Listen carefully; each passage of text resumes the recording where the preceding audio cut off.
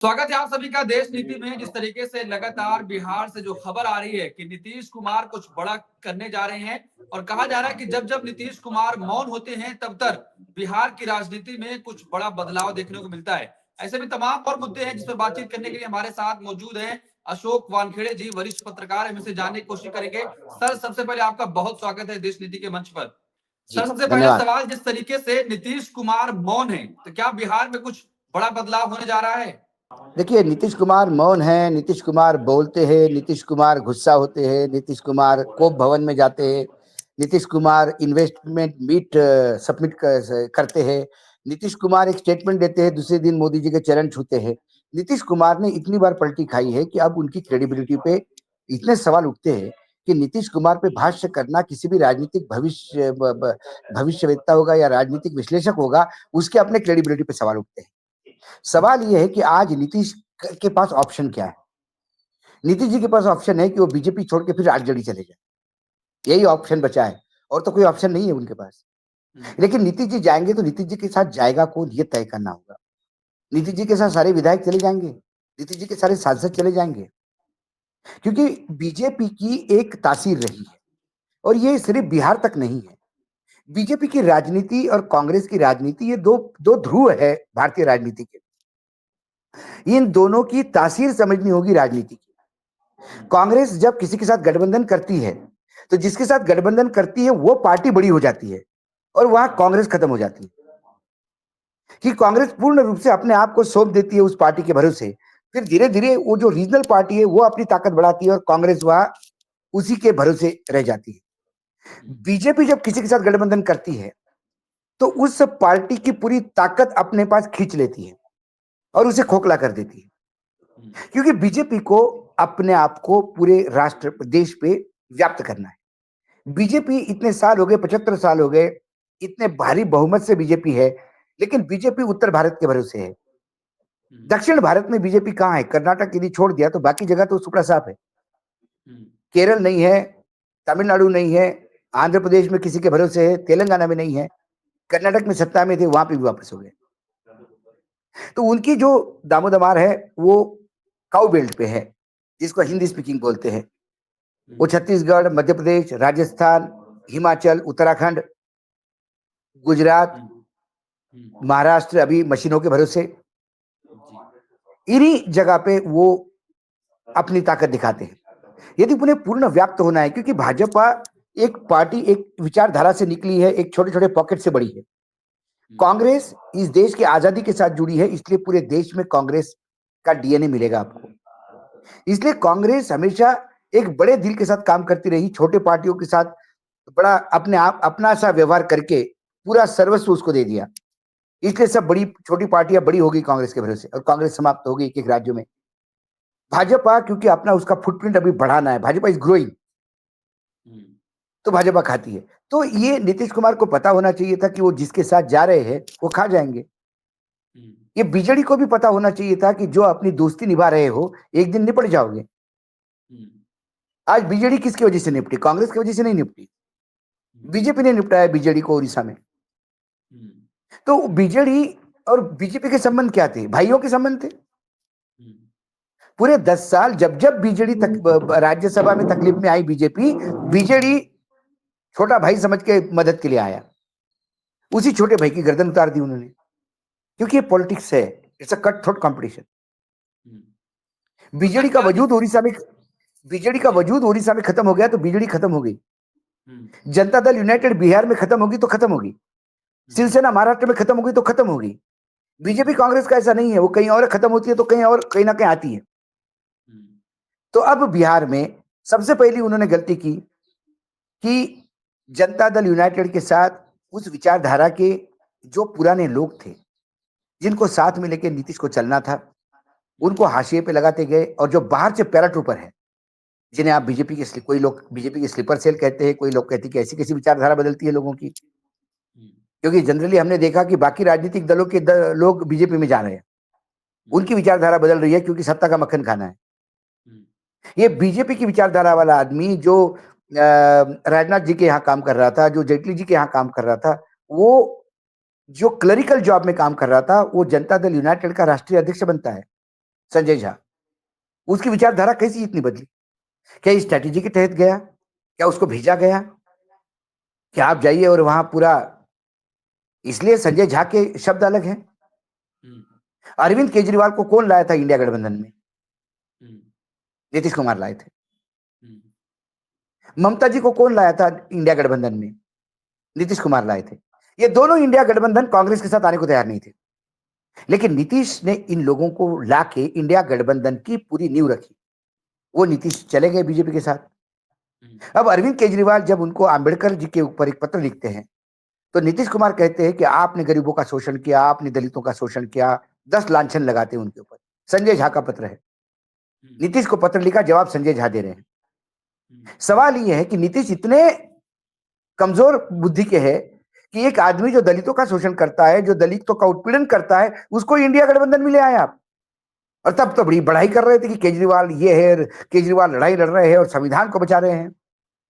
केजरीवाल वही है, बदल नीतीश गए हैं, या नीतीश के लोग बदल गए हैं? क्या लल्लन सिंह बदल गए हैं? क्या संजय झा बदल गए हैं? और नीतीश के साथ पहले नहीं हुआ। इसके पहले भी नीतीश ने जिन लोगों को प्रमोट किया, जिन लोगों को अपना समझा, वो बीजेपी में हो गए, वो बीजेपी के साथ चले गए। हम्म, केंद्र में मंत्री बनते से ही मक्खन खाने की जो आदत लग जाती है, उसके बाद फिर नीतीश के पास वापस कौन जाएगा? हम्म, ऐसे कई उदाहरण हैं। राज्यसभा के उपाध्यक्ष उसका बेहतरीन उदाहरण है। तो नीतीश आज मतलब बीजेपी के साथ जाके नीतीश ने शेर की सवारी कर ली। उतरेगा तो शेर खा जाएगा, और जाना कहां ये शेर तय करेगा। हम्म, तो नीतीश अभी छटपटा रहे हैं, लेकिन रास्ता नहीं मिल रहा है। लल्लन सिंह जो उनके सबसे नजदीकी थे, वो बीजेपी की सुर बोल रहे हैं। संजय झा बीजेपी की सुर बोलते हैं। जब जब नीतीश गुस्सा होते हैं तो उनको एक लॉलीपॉप दिया जाता है कि मुख्यमंत्री कि आप ही के नेतृत्व में चुनाव लड़ा जाएगा। लेकिन क्या बीजेपी पूरी ताकत के साथ यदि जीतती है, तो क्या उनको बताने, क्या एकनाथ शिंदे हो जाएगा नीतीश कुमार का? क्या करेंगे नीतीश कुमार? नीतीश कुमार के खास अधिकारियों पे ईडी की रेड होती है। हम्म, नीतीश कुमार के नजदीकी लोग एजेंसियों का शिकार होते हैं, नीतीश कुमार कुछ नहीं कह पाते। क्यों? इसलिए कि नीतीश कुमार हताश है। तो ये मीडिया के लिए खबरें ठीक है, हम लोगों के लिए बात करने के लिए, डिस्कस करने के लिए। लेकिन नीतीश कुमार, मुझे नहीं लगता, नीतीश कुमार एक फ्रेम में फंस गए हैं। अलग हो जाएंगे तो क्या होगा? बिना विधायक के, बिना सांसदों के नीतीश को कौन लेगा?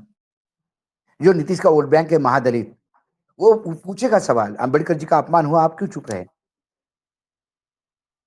क्योंकि आपको मुख्यमंत्री बने रहना था। तो क्या सर इतने कमजोर हो गए नीतीश कुमार के, कोई फैसला नहीं ले पा रहे हैं अब? बिल्कुल कमजोर हो गए। फैसला फैसला मैंने यही कहा, उनके पास अल्टरनेटिव क्या है? आरजेडी के पास वो चले भी जाएंगे, अभी 1 साल है चुनाव को, हम्म, विधानसभा वो भंग नहीं कर पाएंगे। हम्म, क्योंकि विधानसभा भंग करने की बात करेगी तो जैसे ही गवर्नर के पास पत्र जाएगा, गवर्नर 3 घंटे पहले का पत्र उनको दिखा देगा। बाद में कहेगा कि विधानसभा भंग कर नहीं सकते आप, क्योंकि अविश्वास है नहीं आपका सदन में। बीजेपी ने समर्थन हटा लिया, क्योंकि राज्यपाल उनके हैं। अब तो घाघ आदमी आया है राज्यपाल, जो जो हिंदी बेल्ट को समझता है। तो क्या आरिफ मोहम्मद खान को इसीलिए वहां भेजा गया है कि राज्यपाल बनाकर? देखिए, आरिफ मोहम्मद खान ने जितना परेशान करना था उतना कर लिया केरल के सरकार को, हम्म, लेकिन वहां डेंट नहीं कर पाए, सिर्फ परेशान कर पाए। हम्म, लेकिन बिहार में आरिफ एक स्वयं मुस्लिम समाज से आते हैं, हम्म, उनकी एक पकड़ है, हम्म, और हिंदी स्पीकिंग है, हिंदी बेल्ट के हैं, और बिहार की राजनीति को भली भांति समझते हैं। हम्म, तो नीतीश ने कहा कि मुझे बर्खास्त करना है सरकार, तो बोलेगा सर पहले आप किस अधिकार से कर रहे हैं? आप मुख्यमंत्री रहे नहीं, आपके खिलाफ आपका समर्थन का पत्र 2 घंटे पहले ही वापस हो गया, बीजेपी ने किया। हम्म, आप विश्वास का मत दिखाइए पहले। जब विश्वास का मत दिखाने जाएंगे तो आरजेडी कांग्रेस सब मिलके उसको क्या देंगे, जब उनके विधायक उनके साथ नहीं रहेंगे? फिर एक जनता दल यूनाइटेड की बैठक होगी जिसमें भी निष्कासित किया जाएगा नीतीश कुमार को। फिर ओरिजिनल जनता दल यूनाइटेड कौन? फिर वही शिवसेना एनसीपी वाली बात होगी, महाराष्ट्र वाली, क्योंकि चुनाव आयोग भी उनके पास है, न्यायपालिका भी उनके पास है। तो पूरी तरीके से महाराष्ट्र मॉडल अब बिहार में इसका मतलब लागू हो चुका है। बिल्कुल लागू हो चुका है, बिल्कुल लागू हो चुका है, हम्म, इसमें कोई दो मत नहीं। तो जिस तरीके से तेजस्वी यादव कह रहे हैं कि सीएमओ ऑफिस बिहार का भाजपा के मुख्यालय से चलाया जा रहा है, क्या उस बात में सर बिल्कुल सच्चाई है? बिल्कुल, जहां जहां भाजपा सत्ता में है हम्म, वहां वहां सरकारें दिल्ली से चलती है, रबर स्टैम्प जैसी। वही हाल वहां पे है। जब जनता दल यूनाइटेड ही हाईजैक हुई है तो एक फॉर्मेलिटी रहेगी नीतीश जी को बाहर निकालने की पार्टी से, हेल्थ ग्राउंड पे। तो सर लेकिन ये भी कहा जाता है कि नीतीश कुमार जब जब मौन होते हैं कुछ बड़ा करते हैं। अभी भी वो वो कर सवालों से बच रहे हैं, मीडिया के लोग सवाल कर रहे हैं, जवाब नहीं दे रहे हैं। नहीं नहीं, उनके पास जवाब देने के लिए कुछ है ही नहीं। हम्म, वो ताकत तब होती है, देखिए राजनीति में ताकत आंकड़ों की होती है। हम्म, शरद पवार तब तक हुंकार भर रहे थे जब उनके पास विधायक थे। हम्म, अब विधायक अजित पवार के पास गए तो शरद पवार के हुंकार में वो दम नहीं रहा। हम्म, यदि आंकड़े आपके पास नहीं है तो आप कहीं नहीं है, और यदि आंकड़े आपके पास है तो आप सिकंदर है। हम्म, एकनाथ शिंदे क्यों मुख्यमंत्री बने थे? हम्म, क्योंकि एकनाथ शिंदे साथ नहीं होते तो सरकार नहीं बनती। हम्म, आज उनको एकनाथ शिंदे की जरूरत नहीं थी, हम्म, क्योंकि चुनाव के नतीजे आते से ही अजित पवार ने कहा कि हम देवेंद्र फडणवीस को समर्थन कर रहे हैं। 171 का आंकड़ा पूरा हो गया था, हम्म, 146 चाहिए, हम्म, कंफर्टेबल मेजोरिटी। तो हम्म, एकनाथ शिंदे मजबूरी में जो मिला तो भला, ना मिला तो भला, इस तर्ज पे सरकार में उप मुख्यमंत्री बने। हम्म, नहीं तो क्या करते, विपक्ष के साथ चले जाते, खड़े हो जाते, हम्म, और फिर ईडी सीबीआई इनकम टैक्स शुरू हो जाती। हम्म, जो कमाया वो भी चला जाता, फ्रीज हो जाता, बाकी समय जेल जेल में जाता। हम्म, इसलिए उनको लगा अजित पवार का मॉडल अच्छा है, सरकार का साथ दो, अपनी जब्त की हुई प्रॉपर्टियां छुड़वा लो। हम्म, भ्रष्टाचार की लड़ाई कौन लड़ता है? ईडी सीबीआई इनकम टैक्स तो ये सरकार की एक्सट्रैक्शन कंपनियां हो गई।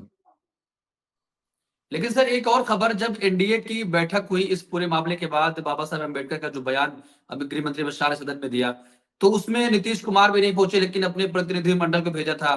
चिराग कोई नहीं पासवान नहीं प्रतिबंध। आए थे। अब चिराग पासवान के करीबी के घर ईडी की छापेमारी हो रही है।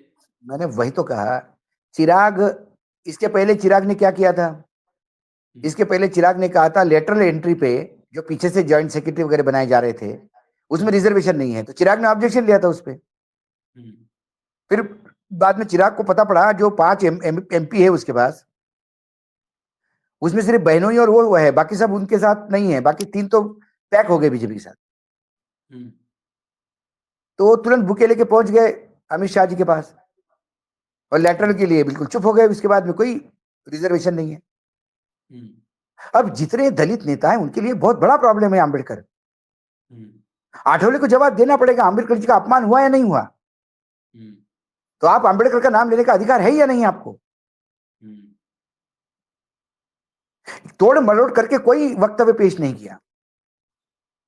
उनने क्या कहा, फैशन हो गया आंबेडकर आंबेडकर आंबेडकर की रट लगाना। इतना नाम भगवान का लेते तो साफ जन्म के स्वर्ग मिल जाते। यही कहा था ना, इसमें क्या तोड़ना मरोड़ना है? हम्म, तो आंबेडकर का वो यदि ये कहते कि फैशन हो गई आंबेडकर आंबेडकर आंबेडकर कहना, अरे आंबेडकर जी के साथ भगवान का भी नाम लेते तो दोनों को आशीर्वाद मिलता और स्वर्ग मिल जाता। तो फिर आंबेडकर जी को भगवान की जगह देना होता। हम्म, आखिर आंबेडकर जी को तुच्छ इंसान समझा आपने। लोग भगवान का अवतार मानते हैं उनको। हम्म, ये बात अलग है कि आंबेडकर जी ने कभी नहीं कहा कि मैं भगवान का अवतार हूं, हम्म, वर्तमान प्रधानमंत्री जैसा, हम्म, कि मैं अजन्मा हूं, नॉन बायोलॉजिकल हूं, ये तो नहीं बोला उन्होंने। हम्म, वो तो व्यक्ति पूजा और मूर्ति पूजा, मतलब इसके तो खिलाफ थे पूजा के। हम्म, जितने आंबेडकर को प्यार करते हैं लोग, जितने तथाकथित नेता हैं एनडीए गठबंधन के, हम्म, मेरा एक ही आपके ही माध्यम से एक ही उनको रिक्वेस्ट है। हम्म, यदि आंबेडकर जी को आप वरिष्ठ मानते हैं, आंबेडकर जी को देश का रोल मॉडल मानते हैं, आंबेडकर जी को आप एक बहुत बड़ा पुरुष मानते हैं, युग पुरुष मानते हैं, आंबेडकर की श्रद्धांजलि और जयंती और वो मनाते हैं, हम्म, और आंबेडकर जी के फोटो पे हार चढ़ाते हैं, तो क्या आंबेडकर के उन 8 वचनों से आप इत्तेफाक रखते हैं हम्म, जो उन्होंने नागपुर की दीक्षा भूमि पे लिया था? हम्म, उसमें उन्होंने कहा था कि मैं ब्रह्मा विष्णु महेश को नहीं मानता, हम्म, मैं ब्रह्मा विष्णु महेश के किसी अवतार को नहीं मानता, मैं बाकी किसी भी हिंदू भगवान की कभी पूजा नहीं करूंगा, ये वचन उन्होंने लिए थे। क्या वो आंबेडकर आपको चलेगा? आंबेडकर सिर्फ एटीएम नहीं है वोट बैंक के लिए, आंबेडकर आंबेडकर और बाद में आंबेडकर लेना हो तो पूरा कंप्लीट आंबेडकर लीजिए। लेकिन सर गृह मंत्री अमित शाह कह रहे हैं कि सपनों में भी नहीं सोच सकता कि मैं अम्बेडकर जी का अपमान कर दूंगा। नहीं नहीं, वो तो सपने में कभी सोचते ही नहीं ना, क्योंकि उनके सपने में आंबेडकर जी आते भी नहीं। उनके सपने में तो अडानी अंबानी आते होंगे। आदमी जिनके बारे में सोचता उसी के सपना पड़ता ना। मनोवैज्ञानिक तो यही कहते हैं, सपने वो होते हैं जिसके बारे में बहुत आदमी सोचता है, तो नींद में जाने के बाद वो आपका जो ब्रेन है वो सोते हुए भी उसके बारे में सोचते, तो वो सपने पड़ते। आपको सपना देखना भी नहीं पड़ता। आपके कहने के मायने क्या ये बता दें। अब आप अमित शाह यही बताए कि उन्होंने किस अंदाज में और उसके मायने क्या है। फैशन हो गया आंबेडकर आंबेडकर कहना, तो फिर राम राम कहना भी फैशन है क्या? मोदी मोदी मोदी पार्लियामेंट में होता है, वो भी फैशन है क्या? फिर आप में औकात है तो आप बोल दीजिए, ये मोदी मोदी की क्या रट लगा के रखी है? इतना नाम भगवान का लेते तो स्वर्ग मिलता, ये बोले ना कभी। आंबेडकर से ही क्यों परेशान भाई? मोदी मोदी पे तो बड़े चेहरे पे स्माइल आती है, आंबेडकर जी पे क्रोध क्यों? सवाल ये है, सिंपल सवाल है, कोई रॉकेट साइंस नहीं है ये। तो क्या आप एनडीए की जब बैठक में चिराग पासवान नहीं आए, करीबी पर ईडी की छापेमारी, तो क्या उन पर भी दबाव बनाने की कोशिश की जा रही है? ये इंडिकेशन है, औकात में रहिए। सर एक और सवाल, जिस तरीके से आरएसएस के प्रमुख मोहन भागवत ये कह रहे हैं कि हर मस्जिद के नीचे मंदिर ना ढूंढा जाए, लेकिन जो ऑर्गेनाइजर है वो कह रहा है कि जो सत्यता है वो तो पता करनी होगी, तो कैसे देख रहे हैं आप? मुझे संघ टूटता हुआ नजर आ रहा है। संघ में ही दो फाड़ होने की चांसेस लग रहे हैं, और ये मोहन भागवत जी को आगाह किया था लोगों ने, जब वो नरेंद्र मोदी जी को प्रधानमंत्री के पद के लिए जब इंडोर्स किया संघ ने, तब संघ का एक डेलीगेशन पुराने प्रचारों का और वो सब गुजरात से आया था मिलने। ये मत करिएगा, आप पछताएंगे। उन्होंने जो आशंका दिखाई थी वही होगा। मोदी जी सिर्फ पूरी सरकारी एजेंसियां और स्वायत्त संस्थाएं अपने अंडर नहीं लेंगे, संघ भी अपने अंडर लेंगे, ये तय हो गया। तो क्या सर मोदी ने आरएसएस को दो फाड़ कर दिया है? बिल्कुल यकीनन। नहीं तो बाबा रामदेव की इतनी औकात नहीं कि वो मोहन भागवत को ललकारे। लेकिन मोहन भागवत की बातों का साधु संतों ने भी विरोध किया, कह दिया कि वो एक धर्म के। यदि यही बात मोदी जी कहते तो वो विरोध करते हैं, और इनकी विरोध करने की औकात होती तो कर देते, बता देते।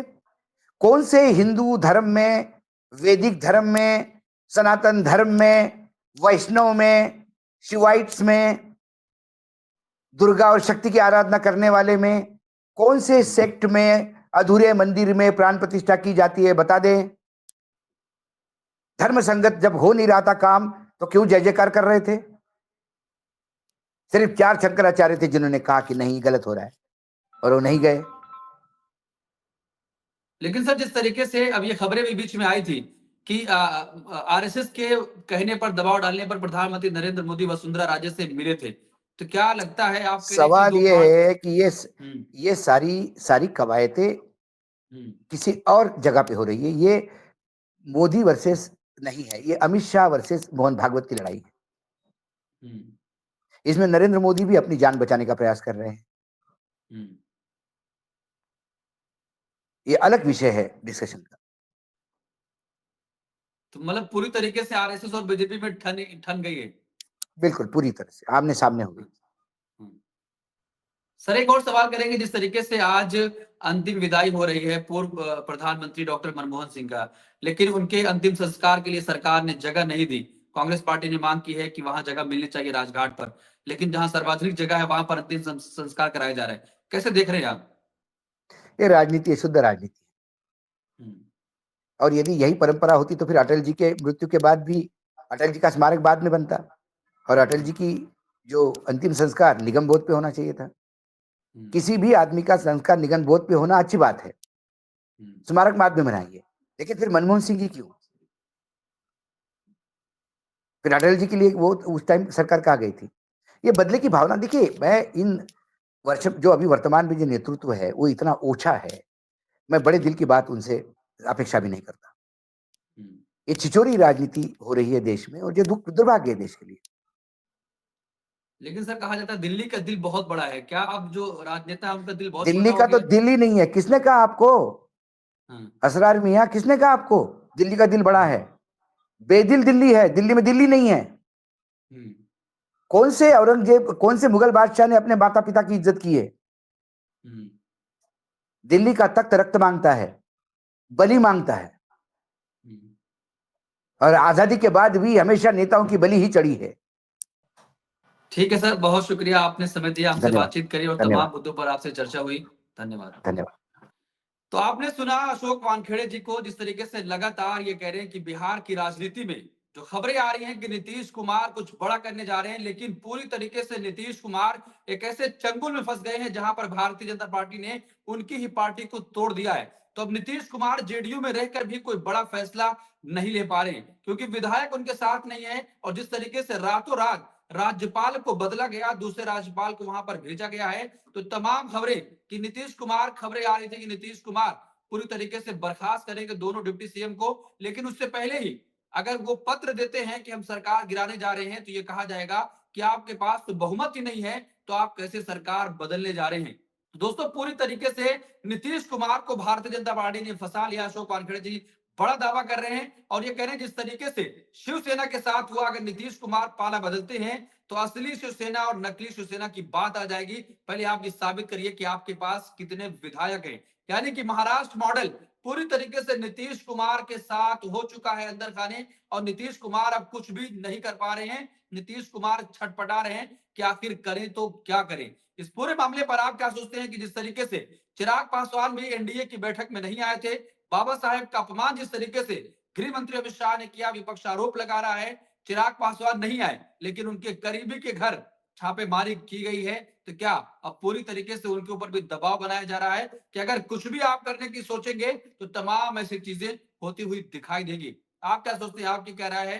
कमेंट बॉक्स अपनी राय जरूर दें।